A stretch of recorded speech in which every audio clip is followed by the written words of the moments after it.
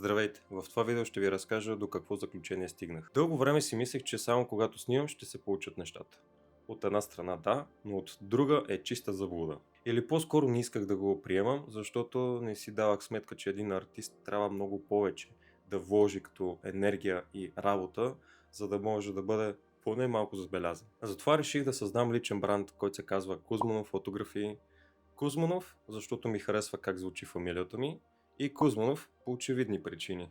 Гледах един от подкастите на Христо Георгиев, който сподели нещо, което много ми хареса, а именно, че личният бранд е нещото, което ти искаш да споделиш. Я стойност ли ще бъде, я практически съвети ли ще бъдат, без значение.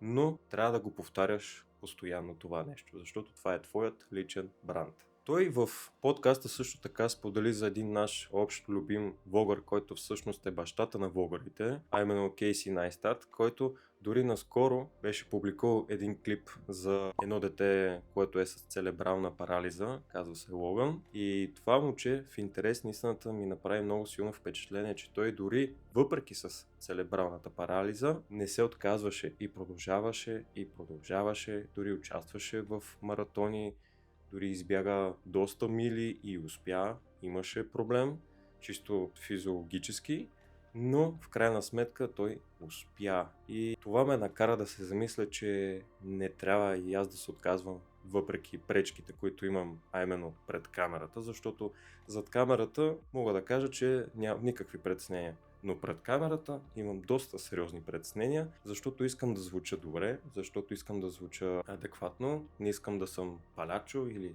някакво такова нещо. Това клипче го правя с две причини. А именно, първата причина е, че ако вие имате този проблем, който и аз го имам, свържете се с мене, за да мога да ви помогна. С подкрепа ли ще бъде, строго индивидуално ще бъде. И втората причина е, че искам да поема отговорност пред вас и пред себе си, че няма да се откажа.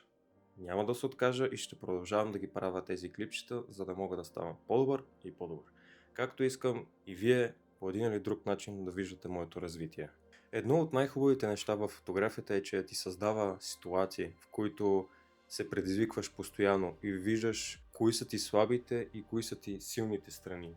И когато видиш слабите си страни, да натиснеш повече върху тях, защото така се изграждаме, така ставаме по-добри и това е нещото, което ми направи впечатление, че зад камера нямам притеснение. Обаче пред камера имам доста голямо притеснение и ето това е моята слаба страна, която искам да развия и затова в момента правя тези видеа, за да мога да превъзмогна ограниченията си, да превъзмогна някои от страховете си и така нататък. И това е нещо много, много силно, което според мен всеки един човек трябва да го прави. Не говоря специфично за снимането пред камерата, говорим за нещо, което вие имате като проблем. И пак казвам, ако имате нужда от подкрепата, свържете се с мене, защото смятам, че мога да ви помогна. Благодаря, че изгледахте това видео. Абонирайте се, харесайте, за да ми помогнете алгоритъма да избута повече видеото. Коментирайте, ако смятате, че можете да ми дадете някаква обратна връзка. Ще се радвам да прочета и ще се видим в следващото видео.